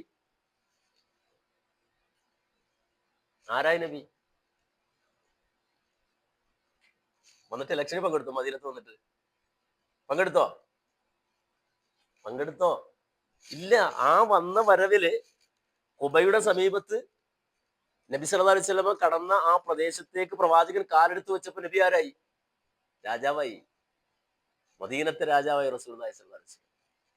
മദീനയിൽ മുഹമ്മദ് നബിയെ രാജാവാക്കാൻ ഒരു ചെറുപ്പക്കാരൻ തന്റെ ജീവിതം മാറ്റിവെച്ചു. മദീനയിൽ നബിയെ രാജാവാക്കാൻ വർഷങ്ങൾ എടുത്തോ?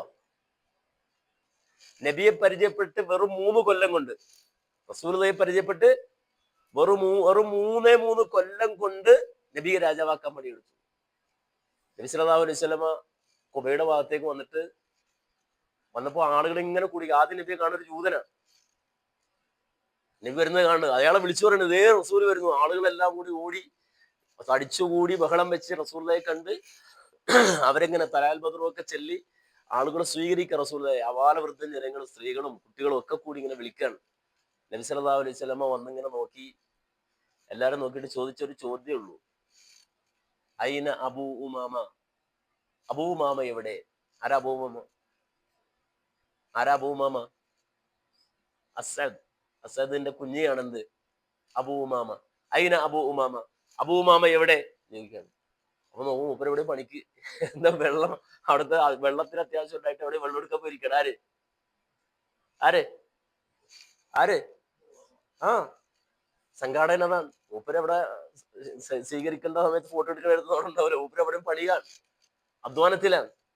ആളുകൾ ഓടി നബി അന്വേഷിക്കണം. അവിടെ ആള് വന്നിട്ടുണ്ട്, നിങ്ങൾ എവിടെയാന്നൊക്കെ ചോദിച്ചിട്ട് ആളുകൾ വിവരം അന്വേഷിച്ച് പിടിച്ചോണ്ട് വന്നു. അപ്പൊ നബി സല്ലല്ലാഹു അലൈഹി വസല്ലം രണ്ടാം അഖബ ഉടമ്പടി കഴിയുമ്പോൾ 70 ആളുകൾ നബിയുമായി ബൈഅത്ത് ചെയ്ത് കഴിഞ്ഞപ്പോൾ നബി അവരെ 12 ഗ്രൂപ്പാക്കി.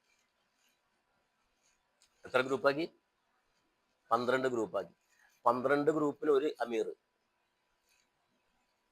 12 ഗ്രൂപ്പിന് ഒരു അമീർ. അത് നമ്മൾ പഠിക്കണം. നമ്മൾ ഈ സംഘടനയെ കൊണ്ടു നടക്കുന്ന ആൾക്കാർ എന്തെടുക്കണം? ഞാൻ തന്നെ ആനാന എല്ലാം ഞാൻ തന്നെ, അങ്ങനെ ഒറ്റക്കാരുത്. നേരെ മറിച്ച് വകുപ്പ് തിരിച്ച് ഓരോരുത്തരും വകുപ്പ് തിരിച്ചു കൊടുത്തു. എന്നിട്ട് ഓരോ സമൂഹത്തിന് ഒരു നഖീബ്, 12 പേർക്ക് 12 നഖീബ്. അത് നബി മാത്രമല്ല, ഖുർആനിലുണ്ട് അങ്ങനെ. എവിടെ? ഖുർആൻ എവിടെ ഉള്ളത്? മൂസാ നബി പറ്റി പറയുമ്പോ പറയണില്ലേ, എന്ത് ഇസ്നാഅശറ നഖീബൻ അല്ലേ? ഖുർആനിലില്ലേ? മൂസാ നബിയുടെ കാലത്ത് മൂസാ നബിയും എത്ര ആക്കി? മൂസാ നബി പാറടിച്ചപ്പോ എത്ര ഒഴുകിയത് ഉറവ? 12 ഉറവ ആർക്കുള്ളതാ? ഈ 12 ഓരോ ഉറവ ഒഴുകിയ 12 ഉറവ എന്തിനാ ഒഴുകിയത്? 12 ഗ്രൂപ്പിനാണ്, ഓരോ ഗ്രൂപ്പിനും ഓരോ ഉറവ. ഇസ്നാഅശറ നഖീബൻ എന്ന് ഖുർആൻ പറഞ്ഞത് 12. ഇതുപോലെ റസൂലും ആ മദീനക്കാരെ 12 പേരാക്കി. 12 പേർക്ക് ഓരോ ലീഡർമാർ നഖീബ്. ആ നഖീബുകൾക്ക് നുഖബാഉകളുടെ നഖീബ് അതാരാണ്? ഒറ്റ ഉത്തരവുള്ളൂ എല്ലാത്തിനും. ഈ 12 നഖീബുമാരുടെ നുഖബാഉകളുടെ നഖീബ് അതാരാണ്? ജനറൽ സെക്രട്ടറി എന്നൊക്കെ നമ്മൾ പറയൂലേ, ആരാണ്? ഈ അബൂ ഉമാമ അസ്അദ് ഇബ്നു സുറാറ റളിയല്ലാഹു അൻഹു. ആ ആളെ ചോദിക്കുന്നത് അയിന അബൂ ഉമാമ എവിടെയാണ്? അങ്ങനെ റസൂലുള്ളാഹി വന്നുകൂടെ ഖുബാ പള്ളി ഉണ്ടാക്കി. മസ്ജിദുൻ ഉസ്സിസ അലാ തഖ്വ മിൻ അവ്വൽ യൗം. ആദ്യം നിർമ്മിച്ച ഏത് പള്ളി? ഖുബാ പള്ളി. ഖുബാ പള്ളി നിർമ്മിച്ചതിന് ശേഷം വീണ്ടും നബി സല്ലല്ലാഹു അലൈഹി വസല്ലം പറഞ്ഞു, എനിക്ക് പൈസ കൊടുത്തൊരു പള്ളി ഉണ്ടാക്കണം. എനിക്ക് നബി അവിടെ സുബലോലുപനായി ജീവിച്ചു, ബിസിനസ് ഒക്കെ ചെയ്ത് വല്ല കണ്ടമാനം പൈസ ഒക്കെ കിടന്ന ആളാണോ? ആണോ? പട്ടിണി കിടന്ന ആളല്ലേ? റസൂലുള്ളാഹി പൈസ ഉണ്ടായിരുന്നു. നബി പൈസയും കൊണ്ടാ വന്നു. എന്തിനാ? നമ്മൾ പള്ളി പണിയാൻ തീരുമാനിച്ചാൽ ആദ്യം അന്വേഷിക്കണം അറബി ഉണ്ടോന്നാ. നമുക്ക് വീട് വെക്കാനും പൈസ ഉണ്ടോ? പള്ളി വെക്കാൻ പൈസ ഉണ്ടാവും? അതിന് സമ്പാദ്യം നമ്മൾ മാറ്റി വെക്കൂല. പക്ഷെ റസൂലുള്ള പട്ടിണിക്കിടയിലും മാറ്റി വെച്ചു പൈസ. അതുകൊണ്ടാണ് നബി സല്ലല്ലാഹു അലൈഹി വസല്ലം മദീനയിലേക്ക് എത്തി കഴിഞ്ഞതിന് ശേഷം പ്രവാചകന്റെ ഒട്ടകത്തെ അറിയാലോ അല്ലെ? അന്ന് ഒട്ടകത്തിന് 4 വയസ്സ്. ആ ഒട്ടകത്തിന്റെ പേരെന്തായിരുന്നു? ഇപ്പൊ ഇങ്ങോട്ട് വരുമ്പോ ഉണ്ടായ ഒരു കടയുടെ പേരാണ്. എന്താ ഉറക്കെ പറഞ്ഞ എനിക്ക് കസ്വ എന്നാണോ? എന്താ ഒട്ടകത്തിന്റെ പേര്? കസ്വ എന്നല്ലേ അല്ലേ? ആ ഒട്ടകത്തിന് എത്ര വയസ്സാണ് നബി വരുമ്പോ? 4 വയസ്സ്. അപ്പൊ ആ ഒട്ടകം നബിയുടെ സല്ലല്ലാഹു അലൈഹി വസല്ലം ഒട്ടകം പലപ്പോഴും ആ ഒട്ടകത്തെയാണ് നബി ഇറക്കി വിടുക. ഇവിടെ വന്നപ്പോ എല്ലാവരും കൂടെ പിടിവലിച്ചു റസൂലുള്ളാഹിയെ. എന്തിന്? ഇവിടെ താമസിക്കുന്നു. അപ്പോ നബി പറഞ്ഞു എന്റെ ഒട്ടകം മുട്ടുകുത്തിന് എവിടെ അവിടെ താമസിക്കും. അതെവിടെ മുട്ടുകുത്തിയക്കാര് പറഞ്ഞത്? ആഹാ അബു അയ്യൂബിൽ അൻസാരി അബു അയ്യൂബിൽ അൻസാരി റളിയല്ലാഹുവിന്റെ വീടിന്റെ മുറ്റത്താണ് താമസം. ഇതുപോലെ റസൂലുള്ളാഹിക്ക് പള്ളി വെക്കണം എന്ന് റസൂൽ തീരുമാനിച്ച അന്ന് നബി പറഞ്ഞു ഒട്ടകത്തോട് പൊക്കോളാൻ പറഞ്ഞു. അപ്പൊ എല്ലാവരും സ്ഥലം കൊടുക്കാൻ റെഡിയായി. ഇവിടെ പള്ളി. റസൂല് പറഞ്ഞു ഇന്നഹ മഅ്മൂറ, അത് കൽപ്പിക്കപ്പെട്ട അത് നടക്കട്ടെ, അത് അറിയാം അവിടെ മുട്ടുകുത്തുന്നത്. അതിങ്ങനെ നടന്ന് കറങ്ങി വന്ന് മുട്ടുകുത്തി. എവിടെ മുട്ടുകുത്തി? അന്ന് അസ്അദ് റളിയല്ലാഹു അൻഹു തന്റെ കീഴിലുള്ള യതീം മക്കൾ സഹലും സുഹൈലും അവർക്ക് ആ പിന്നെ ഈ കരക്ക് ഉണക്കാനിടുന്ന സ്ഥലം ഏതോ അവിടെ തന്നെയാണ് ആ ഒട്ടകം വന്ന് മുട്ടുകുത്തി. അവിടെ റസൂല് വില കൊടുത്ത ആ സ്ഥലം വാങ്ങി ഏത് പള്ളി നിർമ്മിച്ചത്? മസ്ജിദ് നബവി നിർമ്മിച്ചത്.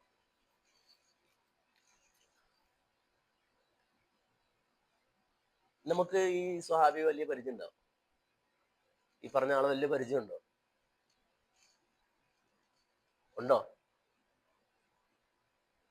അബൂബക്കർ സിദ്ദീഖ്, ഉമർ ഫാറൂഖ്, ഉസ്മാൻ ഇബ്നു അഫ്ഫാൻ, ബിലാൽ മുഅദ്ദിൻ, മുആദ് ഇബ്നു ജബൽ, ഹംസത്തുൽ ഖറാർ, സുമയ്യ റളിയല്ലാഹു അൻഹു, ഇവരെയൊക്കെ പോലെ പരിചയമുണ്ടോ ഈ സ്വഹാബിയെ?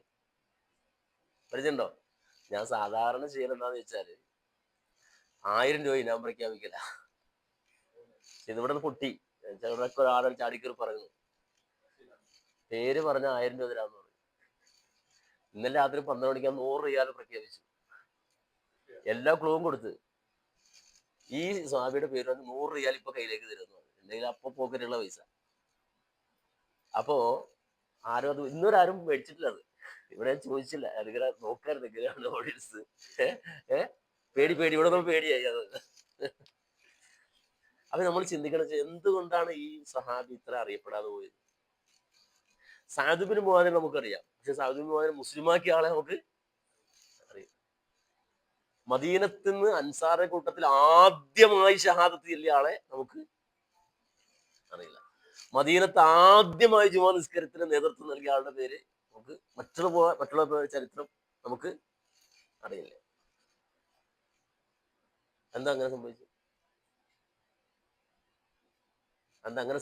എന്താ അറിയോ? എന്താ അങ്ങനെ സംഭവിച്ചത്? ആ സംഭവിക്കാൻ കാരണമുണ്ട്. കാരണം വെച്ചാൽ നബി സല്ലല്ലാഹു അലൈഹി വസല്ലം മക്കത്ത് നിന്ന് മദീനയിലേക്ക് എത്തി 9 മാസം കഴിഞ്ഞപ്പോ ഈ സ്വഹാബി മരിച്ചു. ചുരുങ്ങിയത് 23-24 വയസ്സുണ്ടാവുള്ളൂ. നബി മക്കത്ത് മദീനത്തെത്തി 9 മാസം കഴിഞ്ഞപ്പോ ഈ സ്വഹാബി മരിച്ചു. അസ്അദ് ഇബ്നു സുറാറയുടെ കുടുംബത്തെയും മക്കളെയും അദ്ദേഹം അലങ്കരിച്ച മുഴുവൻ സ്ഥാനവും പിന്നെ ഏറ്റെടുത്തത് ആരാണ്? മുഹമ്മദ് നബി സല്ലല്ലാഹു അലൈഹി വസല്ലം. നബിയാണ് ആ കുടുംബത്തെ പിന്നെ നോക്കിയത്. ആ കുടുംബത്തെ മാത്രമല്ല, അദ്ദേഹം അലങ്കരിച്ച മുഴുവൻ സ്ഥാനങ്ങളും പിന്നെ അലങ്കരിച്ചത് ആരാണ്? മുഹമ്മദ് നബി സല്ലല്ലാഹു അലൈഹി വസല്ലം. ഞാനിപ്പോ ഇത് പറയാൻ കാരണം എന്താന്ന് വെച്ചാല് ഒരാള് പോലും ഈ രൂപത്തിൽ സഹായിക്കാനില്ലാത്തൊരു സമയത്ത് ആണ് അസ്അദ് എന്ന് പറയുന്ന മനുഷ്യന്റെ ഒരു ചെറുപ്പക്കാരന്റെ പ്രവർത്തനം കൊണ്ട് വെറും 3 വർഷം 3 വർഷം കൊണ്ട് ഈ യസ്രിബ് എന്ന് പറയുന്ന പട്ടണത്തെ മദീനത്തുർ റസൂലുള്ളാഹിന്റെ പട്ടണം ആക്കി കൊടുത്ത്. ഒരാളുടെ എഫർട്ടാണ്, ഒരാളുടെ അധ്വാനമാണ്, ഒരാളുടെ വിഷനാണ്, ഒരാളുടെ അധ്വാനം പരിശ്രമം അള്ളാഹ് കബൂലാക്കിയതാണ്. അദ്ദേഹത്തെ അള്ളാഹു കാരണമാക്കി കൊടുത്തതാണ്, കൂലി കൊടുക്കാൻ വേണ്ടി അദ്ദേഹം. ഇനി മദീനയിൽ എന്ത് നടന്നാലും ആ മനുഷ്യന്റെ അക്കൗണ്ടിൽ ചെല്ലാതെ ഒരു തസ്ബീഹോ ഒരു തഹ്ലീലോ ഒരു തഹ്മീദോ ഇവിടെ മുഴങ്ങൂല. മനസ്സിലായോ? കാരണം വെച്ചാൽ ഇതിന്റെ എല്ലാം മുന്നിൽ നിന്ന് പണിയെടുത്ത ഒരാളാണ് അദ്ദേഹം. ഞാൻ ഇദ്ദേഹത്തെ ഈ വെള്ളിയാഴ്ച നിങ്ങളുടെ മുന്നിൽ വെച്ച് എന്തിനാന്ന് ചോദിച്ചാല് നമുക്ക് വലിയ പാഠമായി. വലിയ പാഠം എന്ന് പറഞ്ഞാൽ നമ്മുടെ ജീവിതത്തിൽ ഒരു വിഷനും മിഷനും ഉണ്ടെങ്കിൽ ഒന്ന് മാത്രമായിരിക്കണം. അതെന്താണ്? അസദ് കണ്ട സ്വപ്നം. അത് നബിയെ ആദ്യം കണ്ട വർത്തമാനം എപ്പോഴെങ്കിലും പറയല്ല, ഞാൻ പോയി നോക്കട്ടെ നോക്കിയിട്ട് വരാം എന്നൊന്നും പറഞ്ഞു പോലെ ആദ്യം തന്നെ പറഞ്ഞ വാചകം, ഫസ്റ്റ് കണ്ടപ്പോൾ പറഞ്ഞ വാചകം, നബിയെ എന്റെ നാട്ടിൽ ഒന്നാമത്തെ പൗരനാക്കി നിങ്ങളെ ഞാൻ കൊണ്ടുപോകുക. ആദ്യം കണ്ടപ്പോ എങ്ങനെ ഫസ്റ്റ് ഓരോ ഉടമ്പടി നടത്താത്ത സമയത്ത് ആദ്യം റസൂലുള്ളാഹിയെ കണ്ടപ്പോ റസൂലുള്ളാഹിയുടെ കൈപിടിച്ചിട്ട് മക്കത്തുൽ മുക്കറമയിൽ വെച്ച് അഖബയുടെ സമീപത്ത് അല്ലെങ്കിൽ മിനയുടെ ആ ടെന്റുകൾക്കിടയിൽ നിന്നുകൊണ്ട് പറഞ്ഞ വാചകാണ്, നബിയെ എന്റെ നാട്ടിലെ ഒന്നാം പൗരനാക്കി ഞാൻ നിങ്ങളെ മാറ്റി. അതിനാണ് 3 കൊല്ലം പണിയെടുത്തത്. അള്ളാഹു അത് വിജയിപ്പിച്ചു കൊടുത്തു. ഈ ഒരു നീയത്ത് നമ്മുടെ മനസ്സിൽ വേണം. എന്ത്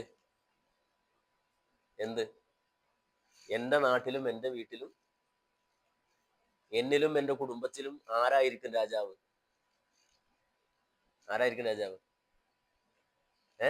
റസൂലിനെ ഞാൻ രാജാവ്, നബിയെ ഞാൻ രാജാവ്. എന്റെ മഹല്ലത്തിൽ ഞാൻ എന്റെ നബിയെ രാജാവാക്കും. എന്ന് വെച്ചാൽ എന്റെ മഹല്ലൊരു തീരുമാനം എടുക്കണമെങ്കിൽ നോക്കണം, ഫറുദ്ദൂഹു ഇലല്ലാഹി വറസൂൽ. എന്റെ വീട്ടിലൊരു തീരുമാനം എടുക്കണമെങ്കിൽ നോക്കണം, ചോദിക്കണം ആരോട്?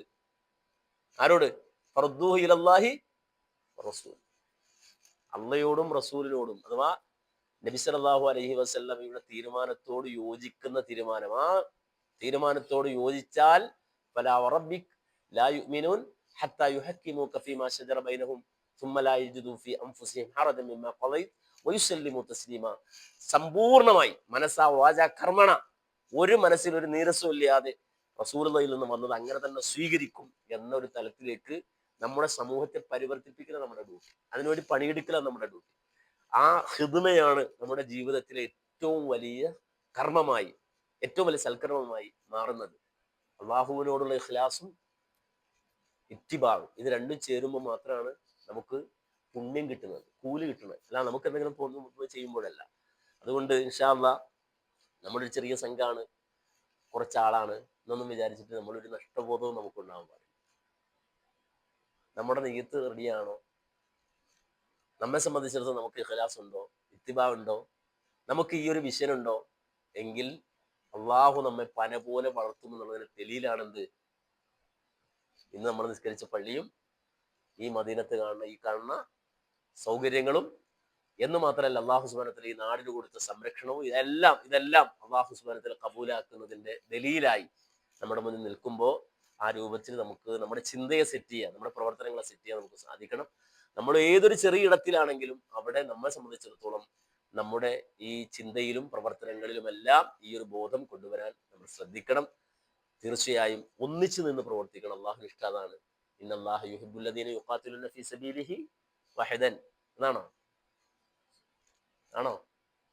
അള്ളാഹിന്റെ മാർഗത്തിൽ ഒറ്റക്കൊറ്റക്ക് പണിയെടുക്കുന്നത് അള്ളാഹ്ക്ക് ഇഷ്ടം ആണോ? എന്നും മിണ്ടാത്തത്. ഖുർആനിലെ അദ്ദേഹത്തിന്റെ പേര് തന്നെ എന്താ? സഫ് എന്ന് വെച്ചാൽ ഒറ്റക്ക് സഫിക്കാൻ പറ്റുമോ? ഒറ്റക്ക് സഫ് ഇട്ടാൻ പറ്റുമോ? സമൂഹഗാനം ഒറ്റക്ക് പാടാൻ പറ്റുമോ? ഇല്ലല്ലോ. അപ്പൊ അണിയണിയായി നിൽക്കണം, ചേർന്ന് നിൽക്കണം. അത് അള്ളാഹ്ക്ക് ഇഷ്ടം. അവിടെ മൂസാ നബിയോട് ഫിറൗനിലേക്ക് പോകാൻ പറഞ്ഞപ്പോ ഐ ആം റെഡി, നേർക്ക് നേരെ ഓർഡർ അല്ലേ, ഞാൻ പോവാന്ന് പറഞ്ഞ് പോയോ? റബ്ബിശ്റഹ്ലി ആദ്യം അതാ വേണ്ടത്. അലം നശ്റഹ് ലക സദ്റക്. കുഞ്ഞു മനസ്സായിട്ട് അള്ളാഹിന്റെ ദീൻ ദേവത്തെടുത്താൻ പറ്റില്ല, ഇസ്ലാം തന്നെ ഉൾക്കൊള്ളാൻ പറ്റില്ല. ഇസ്ലാം വലുതാണ്, അതുകൊണ്ട് മനസ്സും ഇസ്ലാമുള്ള ആളുടെ മനസ്സും എന്താണ്?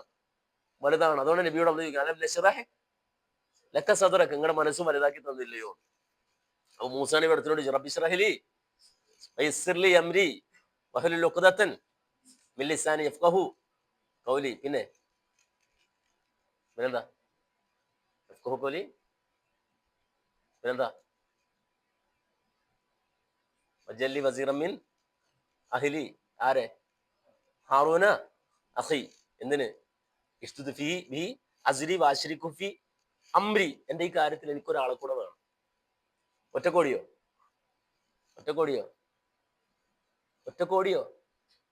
അള്ളാഹ് പറഞ്ഞിട്ട് ഇതാ ഫിലാഫറോ ഐ ആം റെഡി എന്ന് പറഞ്ഞ് പോയോ? ഇല്ല, ഒരാൾ വേണമെന്നേ. ഒന്നൊന്നിനത് ളറബല്ലാഹു വളരി ബിലഹും മസലൻ അസ്ഹാബിൽ ഖറിയ ഇജാഹൽ മുർസലുൻ ഇദാ അർസൽനാ ഇലൈഹി ഹുസ്നൈൻ ഫകദ്ദബുഹുമാ ഫഅസ്സസ്ന ഫഅസ്സസ്ന അറിയില്ലേ? യാസീനും അറിയില്ലേ? ഫഅസ്സസ്ന ബിസാലിസിൻ, മൂന്നാമതൊരാൾ വേണം. അപ്പോ ഒരാളോട് കൂടുമ്പോ എന്താണ്? അത് ഫഅസ്സസ്നയാണ്. മനസ്സിലായോ? അപ്പൊ നമ്മെ സംബന്ധിച്ചിടത്തോളം നമ്മളത് ആഗ്രഹിക്കണം, റബ്ബിനോട് ചോദിക്കണം. അല്ലാഹുവേ, നബി എന്താ ദുആ ചെയ്തു? പഠിച്ചവനെ 2000 ഉമറിനെ നിയന്ത്രിക്കണം, ഞങ്ങൾക്ക് തരണേ. 2000 ഉമർ, ഈ 2 ഉമറിനേക്കാളും വലിയ ഉമറാണ് ആര്? റസൂല്. റസൂലിനോട് എത്തുവരാരെങ്കിലും. അതിലും വലിയ ഉമറാണ് അബൂബക്കർ. അതിലും വലിയ ഉമറാണ് ആര്? ഈ പറഞ്ഞ ഈ 2 ഉമറിനേക്കാളും വലിയ ഉമറാണ് ആര്? നബി മരിച്ചപ്പോ ഒരാൾ പതറിപ്പോയി, സാക്ഷാൽ ഉമർ പതറി. അബൂബക്കറോ? അതാണ് കരുത്ത്. അപ്പൊ ഈ പറയപ്പെട്ട 2 ഉമറിനേക്കാളും വലിയ ഉമറാണ് നബിയും, അതിനേക്കാളും വലിയ ഉമറാണ് ഈ പറയപ്പെട്ട 2 പേരെക്കാളും വലിയ ഉമറാണ് അബൂബക്കറും. പക്ഷേ നബി അപ്പോഴും ചോദിക്കാണ് 2000 ഉമറിനെ തരണം. അപ്പൊ നമുക്ക് ആവശ്യമുള്ള പഠിച്ചോട് ചോദിക്കണം, പഠിച്ചോനെ ഇന്ന ആളെ കിട്ടണം. ഒരു വസീറിനെ ഒക്കെ ചിലപ്പോൾ ചോദിക്കണം പഠിച്ചോട്, ഒരു മന്ത്രിയൊക്കെ ചിലപ്പോൾ പഠിച്ചത് പറയാല്ലേ, മാലിക്കുൽ മുൽക്കാണ്, മാലിക്കുൽ മുൽക്കാണ്. അന്ന് തരൂലേ? അന്ന് തരും, ചോദിച്ചാൽ തരും. റബ്ബിനോട് ചോദിക്കൂല നമ്മൾ, അതാണ് പ്രശ്നം. റബ്ബിനോട് നമ്മൾ ചോദിക്കാത്തതാണ് നമുക്കുള്ള പ്രശ്നം. ചോദിക്കുക. നബി സല്ലല്ലാഹു അലൈഹി വസല്ലമ മക്കയും മദീനയും കിട്ടിക്കഴിഞ്ഞപ്പോ, മക്കം ഫത്തിന്റെ അന്ന് നബി അള്ളാഹിനോട് ചോദിച്ചു. എന്താ ചോദിച്ചേ? അള്ളാഹു, എനിക്ക് നീ മക്കയും മദീനയും തന്നു, എന്റെ സ്വഹാബത്തിന് നീ എന്ത് കൊടുക്കണം? പേർഷ്യയും റോമും കൊടുക്കണം. എവിടുന്നാ ദുആ ചെയ്തത്? എവിടുന്നാ ദുആ ചെയ്തത്? മക്കത്ത് നിന്ന്. എപ്പോ? മക്കം ഫത്തിന്റെ അന്ന്. എനിക്ക് നീ മക്കയും മദീനയും തന്നു, എന്റെ സഹാബത്ത് എന്ന് ആരൊക്കെ? അബൂബക്കർ, ഉമർ, ഉസ്മാൻ, ബിലാലും മുആദ് റളിയല്ലാഹു അൻഹും. അവർക്ക് എന്ത് കൊടുക്കണം? അന്നത്തെ ഇന്ന് അമേരിക്ക, റഷ്യ എന്ന് പറഞ്ഞ പോലെ വലിയ 2 രാജ്യമാണ്. ഒലിബത്തുർ റൂം എന്നൊക്കെ ഖുർആൻ പറഞ്ഞ റോമൻ എംപയറും പേർഷ്യൻ എംപയറും. ആർക്ക് കൊടുക്കണം? എന്റെ സഹാബത്തിന് കൊടുക്കണം. ആര്? മുനാഫിക്കുകൾ, യൂതന്മാരെ. ഹൈഹാത്ത് എന്താടാ ഈ പറയണത്? മക്കയും മദീനയൊക്കെ നാട്ടുരാജ്യമാണ്. അതുപോലാണോ റോം, പേർഷ്യ എന്നൊക്കെ പറഞ്ഞാല്? അത് ഈ പറയണ മുഹമ്മദിന് അദ്ദേഹത്തിന്റെ എന്താണ് ഈ പറയണെന്ന് വെച്ചാൽ ജൂതന്മാര്, ഇമാം ബഗവി അദ്ദേഹത്തിന്റെ തഫ്സീറിൽ വിശദമായി പറയേണ്ടത്, അവരെ കളിയാക്കി പരിഹസിച്ചു. അള്ളാഹ് അപ്പുറം ആയത്തിറക്കി കൊടുത്തത്.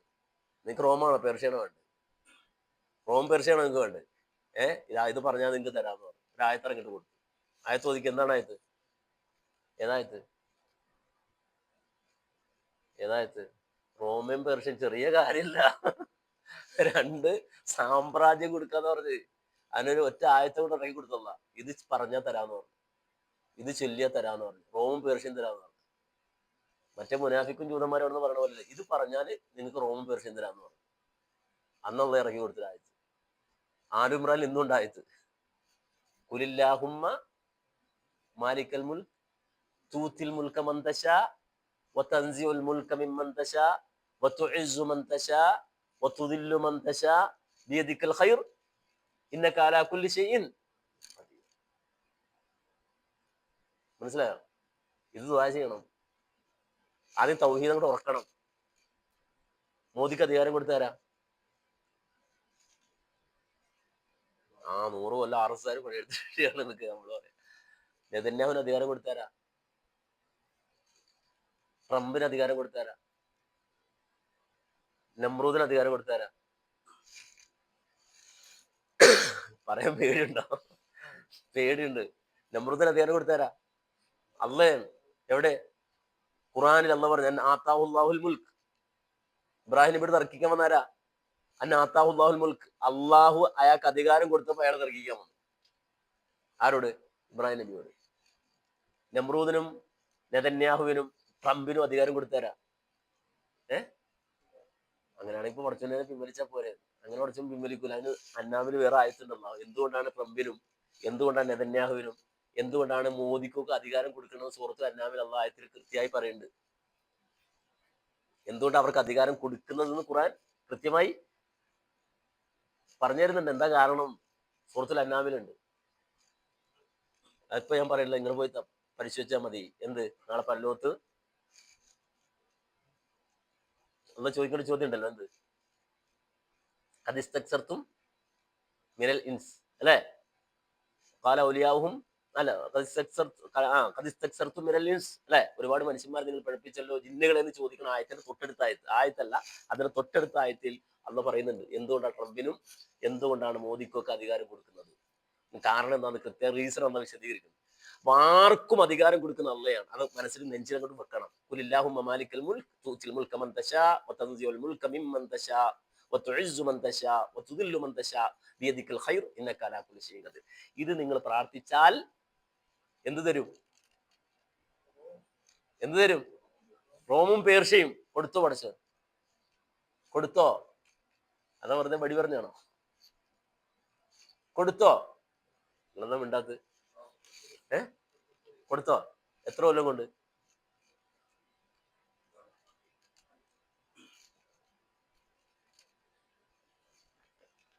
ദുആ ചെയ്ത വർഷം ഏതാ? മക്കം ഫത്ത് എപ്പോഴുണ്ടായത്? ഹിജറ 8. പിന്നെ നബി എത്ര കൊല്ലോട് ജീവിച്ചു? 2. അപ്പൊ എത്ര കൊല്ലായി? 2. അബൂബക്കർ സിദ്ദീഖ് റളിയല്ലാഹു എത്ര കൊല്ലം മരിച്ചു? 2 കൊല്ലവും 2 മാസവും, ചില്ലറ മാസവും അല്ലെ? അപ്പൊ എത്രയായി? 4 കൊല്ലം കൊണ്ട് കൊടുത്തു. എത്ര? 4 കൊല്ലം കൊണ്ട് 2 എംപയർ. എന്ത് 4 കൊല്ലം കൊണ്ട് കൊടുത്ത്? നബി ആർക്ക് കൊടുക്കാനാ പറഞ്ഞത്? ആർക്ക് കൊടുക്കാനാ പറഞ്ഞത്?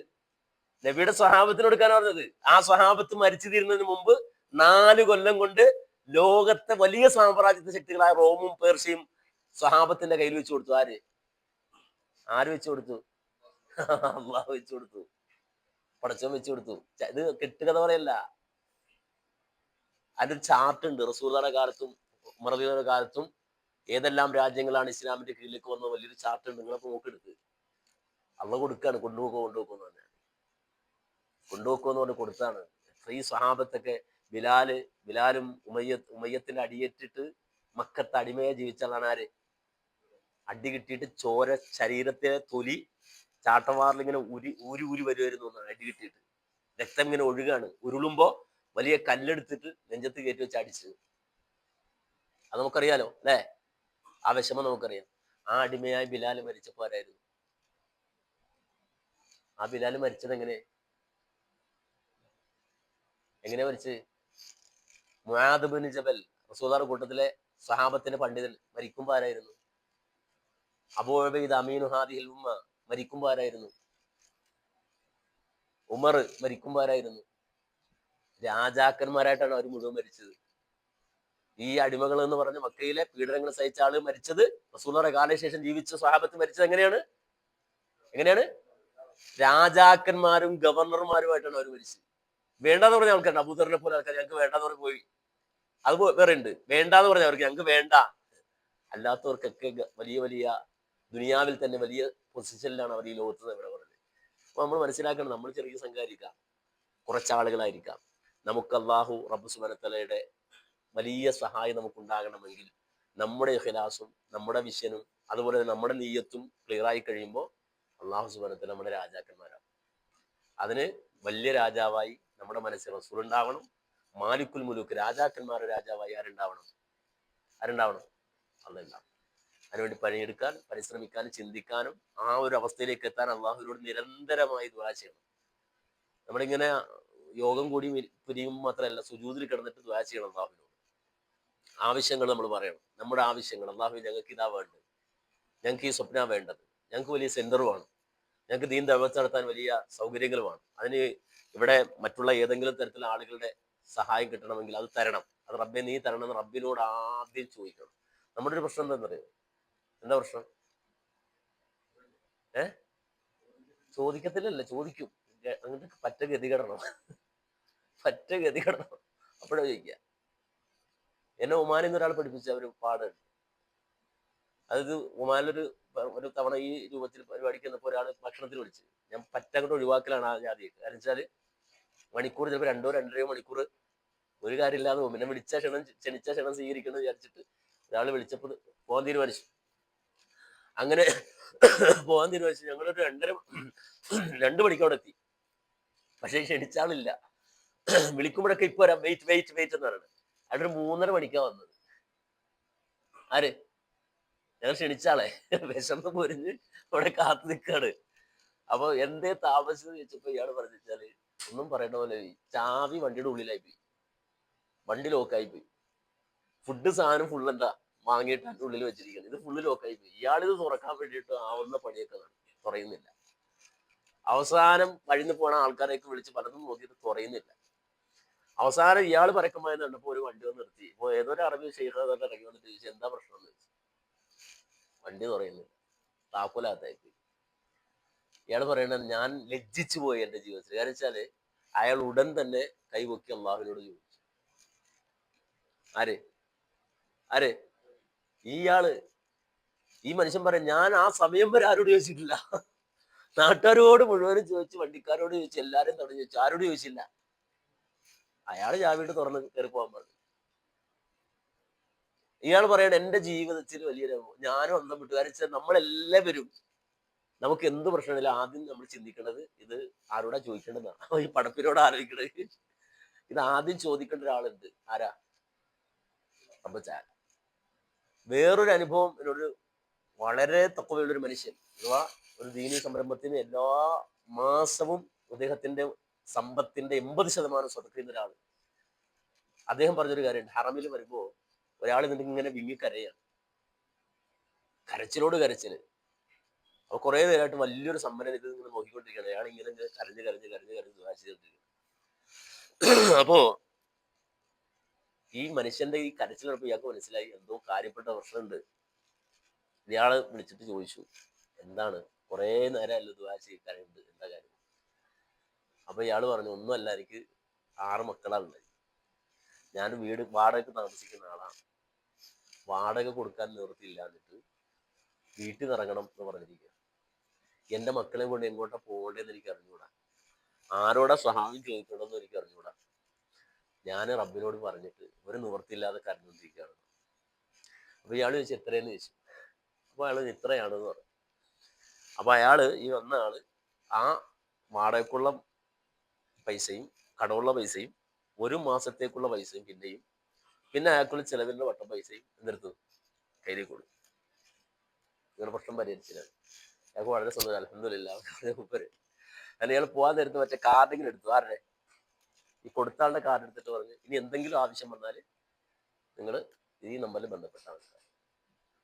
അപ്പോഴാണ് ഇതെനിക്ക് വേണ്ട, ഇതെനിക്ക് വേണ്ട.